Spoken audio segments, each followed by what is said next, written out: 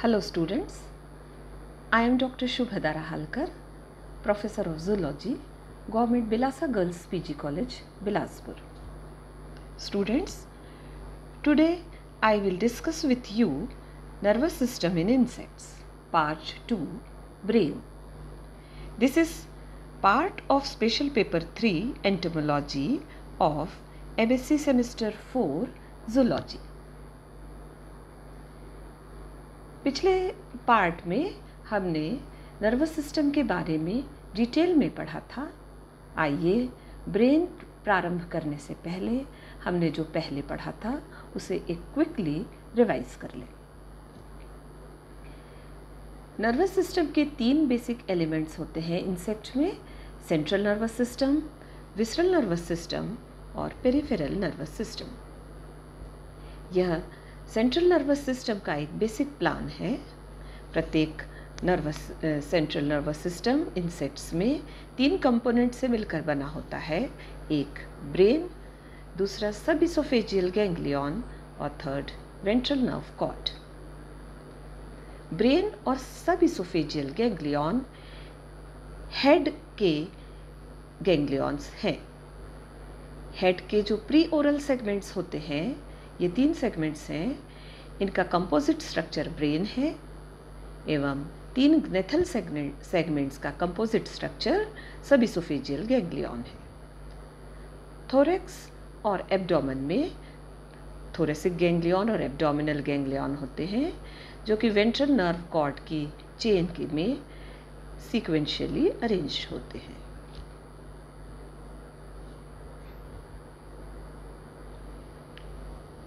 अब देखें basic component neuron. Neurons structurally 3 प्रकार के होते हैं: monopolar, bipolar and multipolar. Detail में हम पहले पढ़ चुके हैं। फंक्शनली न्यूरॉन्स 3 प्रकार के होते हैं: afferent sensory neuron, efferent motor neurons and interneurons. इन्हें एसोसिएशन न्यूरॉन्स भी कहते हैं। कुछ स्पेशलाइज्ड सेल्स रहती हैं नर्वस सिस्टम में, जो कि न्यूरो एंडोक्राइन फंक्शन करती हैं। इन्हें हम न्यूरोसिक्रेटरी सेल्स भी कहते हैं। बेसिक कंपोनेंट देखें नर्वस सिस्टम का, तो एक इम्पॉर्टेंट कंपोनेंट है ग्लियल सेल्स।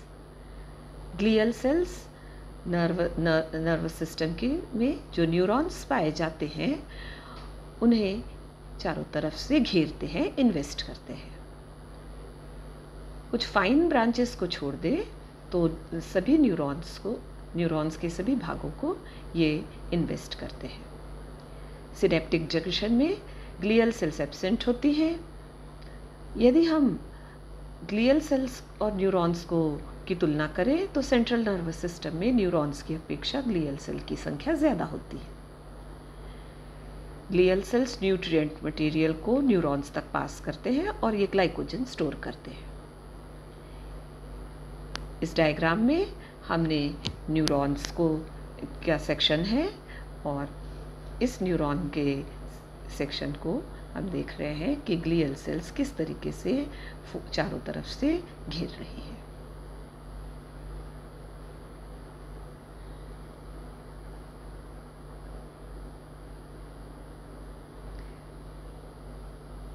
जो नर्वस सिस्टम है उसे चारों तरफ से घेरने के लिए नर्व शीथ होती है।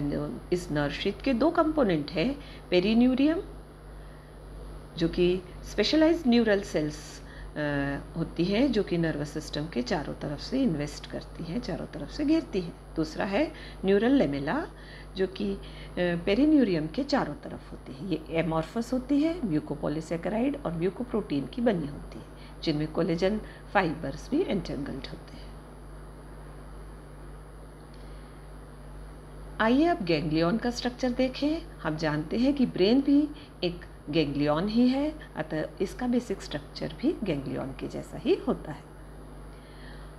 गैंग्लियन में आउटर गैंग्लियनिक शीथ होती है, पेरिफेरल कॉर्टेक्स है और सेंट्रल ग्लियल मास या मेड्यूला होता है। यह डिटेल स्ट्रक्चर है गैंग्लियन का। गैंग्लियन में हम इंटरन्यूरॉन और मोटर न्यूरॉन के सोमेटा देखते हैं। ये सोमेटा सेंट्रल नर्वस सिस्टम के सभी गैंग्लियॉन्स में पाए जाते हैं। ये सभी सोमेटा गैंग्लियॉन के पेरिफेरी में पाए जाते हैं, जैसा कि इस डायग्राम में दिखाया गया है। ये पेरिफेरी में जो स्ट्रक्चर्स हैं ये सोमेटा या पेरिकैरियन है। सेंटर में हम देखते हैं गैंग्लियॉन के टर्मिनल आर्बोराइजेशन सेंसरी न्यूरॉन्स के होते हैं और डेंड्राइटिक आर्बोराइजेशन मोटर न्यूरॉन के होते हैं। इसके अलावा एक्सॉन भी होते हैं और इंटरन्यूरॉन के आर्बोराइजेशंस भी पाए जाते हैं। ये सब मिलाकर जो मास फॉर्म करता है इन्हें हम न्यूरोपाइल कहते हैं। न्यूरोपाइल ब्रेन का एक बहुत ही इम्पॉर्टेंट कंपोनेंट फॉर्म करता है। आइए अब एक बेसिक स्ट्रक्चर ब्रेन का देखें। Brain is the most developed ganglion and function as master organ of association, summation and coordination. Head region के 2 गैंग्लियॉन्स होते हैं, जिसमें पहला ब्रेन है। यह प्रीओरल और डॉर्सल इन पोजीशन है। इसका कंपोजिशन 3 पेयर्ड सेगमेंटल गैंग्लियॉन से बना होता है। ये सेगमेंट्स है pre antennal segment, antennal segment and intercalary segments. इन सेगमेंट्स के गैंग्लियॉन ही ब्रेन का फॉर्मेशन करते हैं। स्ट्रक्चरली हम ब्रेन को 3 भागों में डिवाइड करते हैं। पहला है प्रोटोसेरिब्रम, दूसरा है ड्यूट्रोसेरिब्रम और तीसरा है ट्राइकोसेरिब्रम। आइए अब डिटेल में हम इनके बारे में आगे देखेंगे। हेड रीजन का दूसरा गैंग्लियॉन है सबइसोफेजियल गैंग्लियॉन। यह वेंट्रल रहता है पोजीशन में और यह भी 3 पेयर्ड ग्नेथल गैंग्लियॉन्स के फ्यूजन से बनता है। ये मैंडिबुलर, मैक्सिलरी और लेबियल गैंग्लियॉन्स होते हैं। इस तरह से 3 ग्नेथल सेगमेंट्स हेड के, मैंडिबुलर सेगमेंट, मैक्सिलरी सेगमेंट और लेबियल सेगमेंट्स के गैंग्लियॉन से के यूनियन से सबइसोफेजियल गैंग्लियॉन फॉर्म होता है। आइए अब ब्रेन को विस्तार से देखें। Brain of Hexapoda is a central element of central nervous system. It is composed of 3 divisions associated with 3 head segments. First, protocerebrum, second, deuterocerebrum, and third, tritocerebrum. Tritocerebrum spelling गलत हो गई थोड़ी सी, please note it down. Tritocerebrum. These main components are usually only distinctly separated from each other. ये तीनों elements जो है ये इनडिस्टिंक्टली सेपरेटेड होते हैं एक दूसरे से। जो सेल बॉडी या रिंड जिसे कहते हैं या कॉर्टेक्स, ये एक्सटर्नल लेयर ऑफ ब्रेन है। यह कॉर्टिकल रीजन, जैसा कि गैंग्लियॉन के स्ट्रक्चर में हमने पढ़ा था, न्यूमरस पेरिकैरियन से फॉर्म होता है। पेरिकैरियन न्यूरॉन्स की सेल बॉडी को कहते हैं। न्यूरोपाइल या इनर पार्ट होता है, जैसा कि हमने गैंग्लियॉन के स्ट्रक्चर में देखा था, और यह it appears to be largely homologous in histological section, is formed by axon, dendrites and glial cells, and it is free of perikaryon. अर्थात पेरिकैरियन हमेशा कॉर्टिकल रीजन में ही पाए जाते हैं और न्यूरोपाइल रीजन में या इनर पार्ट में सिर्फ हम क्या देखते हैं, एक्सॉन होते हैं, डेंड्राइट्स होते हैं, इन सब के आर्बोराइजेशन होते हैं, ग्लियल सेल्स होती हैं। जब न्यूरोपाइल एरिया में बहुत डेंसली इंक्रीज सिनेप्सिस होते हैं, तब ऐसे डेंस पैक्ड सिनेप्स रीजन को ग्लोमेरुलाई कहते हैं। आइए देखें ब्रेन का डिटेल्ड स्ट्रक्चर। ब्रेन के डिटेल्ड स्ट्रक्चर, जिसे हम जानते हैं कि 3 भागों से मिलकर बना है, प्रोटोसेरिब्रम, ड्यूटोसेरिब्रम एंड ट्राइटोसेरिब्रम। प्रोटोसेरिब्रम ब्रेन का सबसे ज़्यादा बड़ा और डेवलप्ड पार्ट होता है। उसके बाद ड्यूट्रोसेरिब्रम, जो कि एंटेनल लोब के द्वारा प्रदर्शित होता है। और थर्ड ट्राइटोसेरेब्रल। प्रोटोसेरेब्रल रीजन में हम देखते हैं कि ब्रेन के लेटरल एक्सटेंशन के रूप में हम ऑप्टिक लोब देखते हैं। प्रोटोसेरेब्रल दो हेमिस्फीयर से मिलकर बना होता है। ये दोनों हेमिस्फीयर प्रोटोसेरेब्रल लोब कहलाते हैं और बीच में एक cleft like structure middle part pars intercerebralis कहलाता है। तीसरा हिस्सा इम्पॉर्टेंट हम देखते हैं, मिडिल रीजन या सेंट्रल पोर्शन होता है जो कि पार्स इंटरसेरेब्रलिस के नीचे पाया जाता है। इसे हम सेंट्रल कॉम्प्लेक्स कहते हैं। और चौथा इम्पॉर्टेंट रीजन जिसे कि हम कार्पोरा पेडुंकुलेटा कहते हैं या मशरूम बॉडी कहते हैं। Fifth important region of protocerebrum is known as accessory lobes. इस तरह से प्रोटोसेरेब्रम अलग अलग कार्यों को संपादित करने के लिए डिफरेंट रीजन्स में बटा हुआ दिखाई देता है। आइए अब हम एक एक रीजन को ध्यान से देखें। तो प्रोटोसेरेब्रम is the largest and most complex part of the brain. It is associated with compound eyes and ocelli. It is made up of two symmetrical halves known as hemispheres. Frontal and ventral convexities of protocerebrum is known as protocerebral lobes. Middle region between the hemisphere is known as pars intercerebralis. Pars intercerebralis से ओसेलाई को nerve जाती है। तो आइए सबसे पहले हम देखें ऑप्टिक लोब। ऑप्टिक लोब की पोजीशन हमने इनसेट में दिखाई है। ऑप्टिक लोब एक पेयर ऑप्टिक लोब्स पाए जाते हैं। ऑप्टिक लोब्स लेटरल होते हैं पोजीशन में। They form connection between central element of protocerebrum and compound eye. ये सेंट्रल एलिमेंट और कंपाउंड आई के मध्य कनेक्शन फॉर्म करते हैं। दोनों तरफ के ऑप्टिक लोब ऑप्टिक कमीशर के द्वारा जुड़े हुए होते हैं। ऑप्टिक लोब के निम्न हिस्से होते हैं।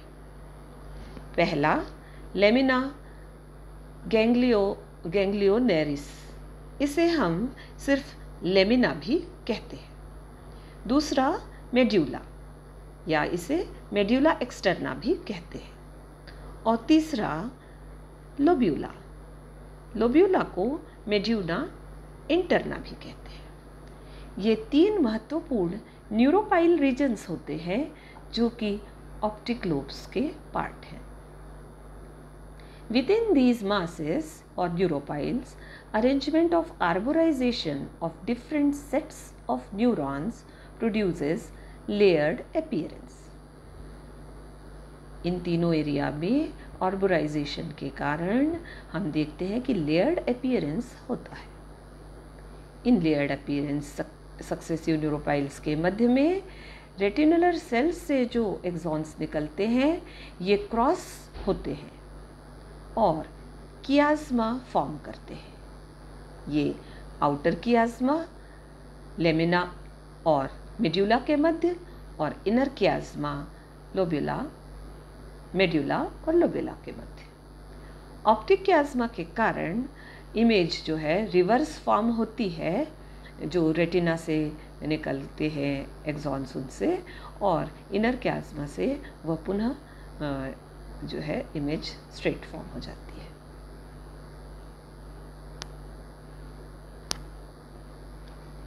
नेक्स्ट है central body complex. Central body complex को दर्शाने के लिए हमने इनसेट का उपयोग किया है और इस इनसेट में हमें सेंट्रल बॉडी कॉम्प्लेक्स दिखाई दे रहा है। Central body complex is The central protocerebral region is composed of protocerebral bridge and central body. Central body protocerebral bridge के नीचे बिलो होती है। सेंट्रल बॉडी फर्दर डिवाइड होती है और अपर और लोअर पार्ट में के रूप में बटी हुई रहती है, जहाँ पर पेयर ऑफ ग्लोमेरुलर नोड्यूलाई पाए जाते हैं। कहने का तात्पर्य यहाँ पर कंडेंस सिनैप्स होते हैं। सेंट्रल बॉडी का कार्य बहुत क्लियर नहीं है, but it is likely to comprise the perception of polarized light and control of movement. Next है कार्पोरा पेडुंकुलेटा। कार्पोरा पेडुंकुलेटा को हम मशरूम बॉडीज भी कहते हैं। ये मशरूम बॉडी एक पेयर मशरूम बॉडी पाई जाती है और ये एक बहुत ही इम्पॉर्टेंट स्ट्रक्चर फॉर्म करती है। प्रत्येक मशरूम बॉडी एक हेमिस्फेरिकल स्ट्रक्चर से बनती है। ये हेमिस्फेरिकल स्ट्रक्चर है, इसे हम कैलिक्स कहते हैं। The distal part of calyx 3 भागों में बटा हुआ कुछ इंसेक्ट्स में दिखाई पड़ सकता है, जिसे हम अल्फा, बीटा और गामा लोब्स कहते हैं। It is globulous with densely packed cell bodies. Narrow region stalk कहलाता है और इसे पेडंकल भी कहते हैं।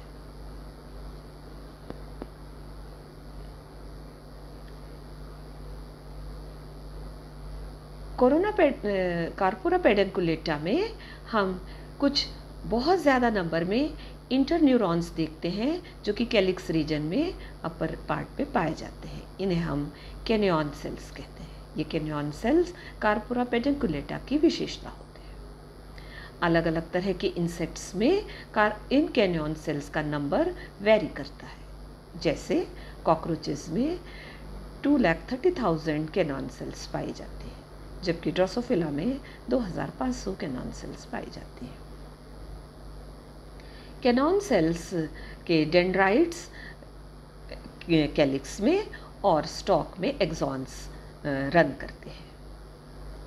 Mushroom bodies are associated with highly developed insect with complex pattern of behavior, specially जैसे सोशल इंसेक्ट में। तो ऐसे इंसेक्ट्स जो इसमें कॉम्प्लेक्स बिहेवियर होता है, उनमें मशरूम बॉडीज़ हाईली डेवलप्ड होती है।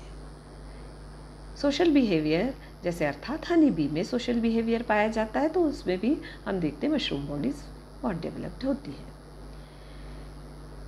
They have important function related to learning and memory, especially in context of olfaction, but also motor control and sensory filtration.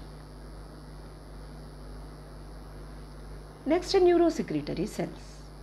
प्रोटोसेरेब्रम से 2 पेयर्ड न्यूरोसिक्रेटरी सेल्स के groups पाए जाते हैं। पहला ग्रुप जो है वो पार्स इंटरसेरेब्रलिस में होता है। यहाँ से इस ग्रुप से जो एक्सॉन्स निकलते हैं, इन्हें हम नर्वाई कार्पोराई कार्डियकाई 1 कहते हैं। इसे हम शॉर्ट में NCC1 कहते हैं। NCC1 से जो ट्रैक्स निकलते हैं वो कार्पोरा कार्डियका तक पहुँचते हैं। कार्पोरा कार्डियका एक न्यूरोहीमल ऑर्गन की तरह कार्य करता है, अर्थात इन न्यूरोसिक्रेटरी सेल्स से जो हार्मोन सिक्रीट होते हैं उन्हें स्टोर करने का काम कार्पोरा कार्डियका करता है, और यह सिर्फ रिलीजिंग सेंटर की तरह कार्य करता है। Second group of neurosecretory cells जो हैं वे कार्पोरा पेडुंकुलेटा के लेटरल साइड से निकलते हैं, और इसे हम नर्वाई कार्पोराई कार्डियकाई 2 NCC2 के नाम से जानते हैं। हम यह देखते हैं कि कुछ अनपेयर्ड नर्व्स कनेक्टिव ओरिजिनेट होते हैं प्रोटोसेरेब्रम से, जो कि फ्रंटल साइड से निकलते हैं। और ये डायरेक्टली फ्रंटल गैंग्लियन को कनेक्ट करते हैं। फ्रंटल गैंग्लियन स्टोमोगैस्ट्रिक नर्वस सिस्टम का एक इम्पॉर्टेंट सेंट्रल एलिमेंट है, अर्थात प्रोटोसेरेब्रम फ्रंटल गैंग्लियन से भी कनेक्टेड रहता है। नेक्स्ट लोब, एसेसरी लोब हम देखते हैं, वह है कार्पोरा सेंट्रलिस। इसे हम एसेसरी लोब भी कहते हैं। कार्पोरा सेंट्रलिस वेंट्रोलेटरल पोजीशन में पाया जाता है। इसे हमने रेड कलर से घेरते हुए दिखाया है। यह कार्पोरा सेंट्रलिस वेंट्रोलेटरल रीजन में मशरूम बॉडीज के दोनों तरफ दिखाई दे रहा है। Both ventral bodies are connected with each other by protocerebral transverse commissure. दोनों वेंट्रल बॉडीज ट्रांसवर्स कमिशर से जुड़े रहते हैं।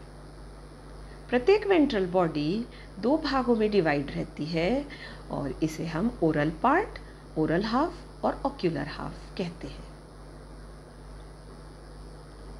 सेकेंड सब डिविजन ब्रेन का है, वह है ज्यूट्रोसेरेब्रम। ज्यूट्रोसेरेब्रम एंटीना के साथ में एसोसिएटेड रहता है। एंटीना हेड के सेकेंड सेगमेंट में पाया जाता है। ज्यूट्रोसेरेब्रम प्रोटोसेरेब्रम की अपेक्षा डिस्टिंक्टली छोटा होता है, लेकिन हम एक्सटर्नली दोनों को सेपरेट नहीं कर पाते हैं। बाहर से ये दोनों एक दूसरे से काफ़ी समीप और जुड़े हुए से दिखाई देते हैं। यह antennal movement, it controls antennal movements and receive input from chemo, mechano and thermoreceptor. तो various sensory structures, sense organs से हम यह देखते हैं कि न्यूरॉन्स आते हैं और ये ज्यूट्रोसेरेब्रम में आकर जुड़ते हैं और इस तरह से सेंसरी परसेप्शन का महत्वपूर्ण कार्य ज्यूट्रोसेरेब्रम करता है। ज्यूट्रोसेरेब्रम के एंटरनल लोब में कुछ विशेष ग्लोमेरुलाई पाए जाते हैं। ये ज्यूट्रोसेरेब्रम के इम्पॉर्टेंट एलिमेंट होते हैं। इनका स्ट्रक्चर कैसा होता है यह देखें। Antennal lobes are region of neuropiles. बहुत इनमें न्यूरोपाइल्स पाए जाते हैं और ये न्यूरोपाइल्स डिस्क्रीट बॉल के रूप में होते हैं। कभी कभी इन डिस्क्रीट बॉल जो हैं उनके चारों तरफ ग्लियल सेल्स भी पाई जाती है। इस तरह से dense synaptic neuropiles surrounded by glial cells forms specialized structure called glomeruli. ये ग्लोमेरुलाई की विशिष्ट संरचना ज्यूट्रोसेरेब्रम को विशेषता प्रदान करती है। They are connected with protocerebral lateral horn by anteno-protocerebral tract and also with the dorsal lobe और antennal mechanosensory and motor centre. इस तरह कोऑर्डिनेशन का महत्वपूर्ण कार्य ज्यूट्रोसेरेब्रम करता है। Deutocerebrum receives input from the sensory neurons of antenna. The second commissure connects the olfactory lobes of both side. तो brain का जो सेकेंड कमिशर है वह ज्यूट्रोसेरेब्रम में के मध्य में होता है। एंटेनल नर्व्स ओरिजिनेट होती है ज्यूट्रोसेरेब्रम से और यह मोटर न्यूरॉन और थिक सेंसरी ब्रांच से मिलकर यह थिक नर्व बनती है। The deutocerebral cell body range contains additional neurosecretory cells. Brain का थर्ड पार्ट है tritocerebrum. Tritocerebrum is present on both sides of foregut. It is the smallest part of the brain. यह brain का सबसे छोटा part है। It belongs to the third segment or the intercalary segment of the head. Head के तीसरे खंड या intercalary खंड को यह रिप्रेजेंट करता है। क्रस्टेशिया में इस थर्ड सेगमेंट में सेकेंड एंटीना पाया जाता है। इंसेक्ट्स में सेकेंडरी एंटीना नहीं होता है। In contrast to the protocerebrum and deutocerebrum, its commissure lies below the pharynx. तो हम यह देखते हैं कि ट्राइटोसेरिब्रम का जो कमिशर है, जो कि दोनों ट्राइटोसेरिब्रल लोब को जोड़ता है, वो फेरिंग्स के नीचे होता है। और इस तरह से ट्राइटोसेरिब्रम ब्रेन के अन्य भाग से डिस्टिंक्टली अलग दिखाई पड़ता है। Pair of labral nerves originate together from the paired frontal connectives on the anterior side of the tritocerebrum. तो इस तरीके से ट्राइटोसेरिब्रम से हमें एक पेयर लेब्रल नर्व और एक पेयर फ्रंटल कनेक्टिव्स निकलते हुए दिखाई देते हैं। यह फ्रंटल कनेक्टिव ब्रेन के फ्रंटल गैंग्लियन से कनेक्ट होते हैं। हम यह देखते हैं कि ट्राइटोसेरिब्रम के जो ग्लोमेरुलाई है वह बहुत स्ट्रांगली डेवलप नहीं होते हैं। यदि हम प्रोटोसेरिब्रम और ड्यूट्रोसेरिब्रम से इसकी तुलना करें तो इसके ग्लोमेरुलाई कम डेवलप्ड होते हैं। लेकिन हम यह देखते हैं कि ट्राइटोसेरिब्रम में भी कुछ न्यूरोसिक्रेटरी सेल्स पाई जाती हैं जो न्यूरो हार्मोन प्रोड्यूस करती हैं। यहाँ से निकलती है एक और नर्व जिसे हम नर्वाई कार्पोराई कार्डियकाई 3 कहते हैं, और यह इन न्यूरो हार्मोन्स को कैरी करके कार्पोरा कार्डियका तक ले जाती है।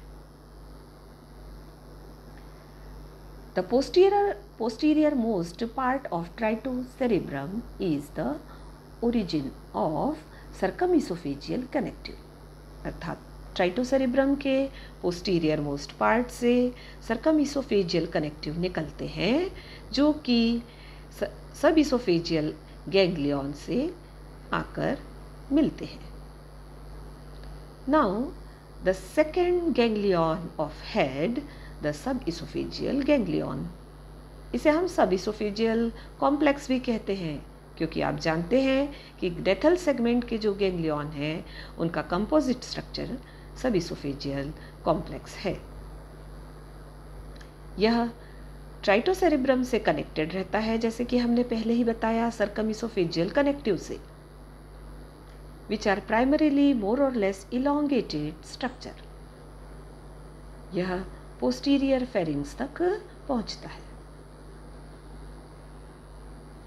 स्मॉल हेक्सापोड्स में सब इसोफेजियल गैंग्लियन शॉर्ट और ब्रॉड होता है। ब्रेन और सब इसोफेजियल कॉम्प्लेक्स एक कॉम्पैक्ट यूनिट फॉर्म करती है, जो कि एंटीरियर फोरगट के चारों तरफ एनसर्कल होती है। Connective nerves often originating from circumoesophageal connectives innervate hypopharynx. तो सर्कमइसोफेजियल कनेक्टिव से निकलने वाली कुछ नर्व्स हाइपोफेरिंग्स को तक जाती है। सब इसोफेजियल गैंग्लियन कॉम्प्लेक्स जो मॉडरेटली इलोंगेटेड स्ट्रक्चर होता है, और ये पोस्टीरियर 3 हेड सेगमेंट को रिप्रेजेंट करता है।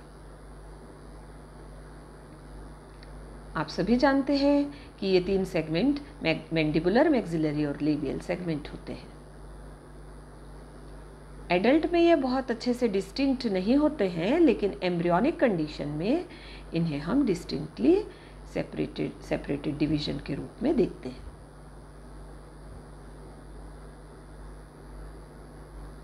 The complex usually lie in the posterior ventral head region, but is partly or completely shifted to prothorax in different groups।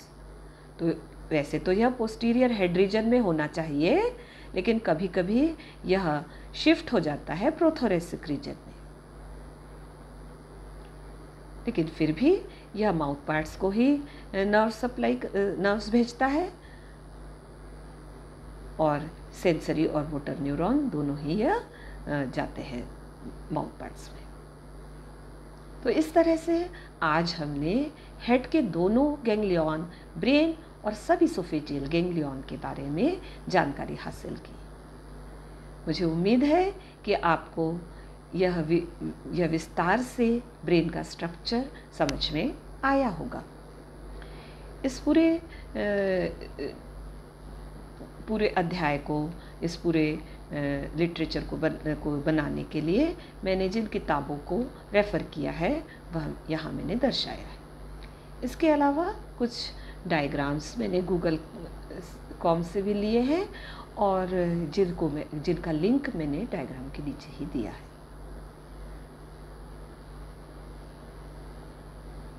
आशा है इसे आप अच्छे से पढ़ेंगे। Thank you very much.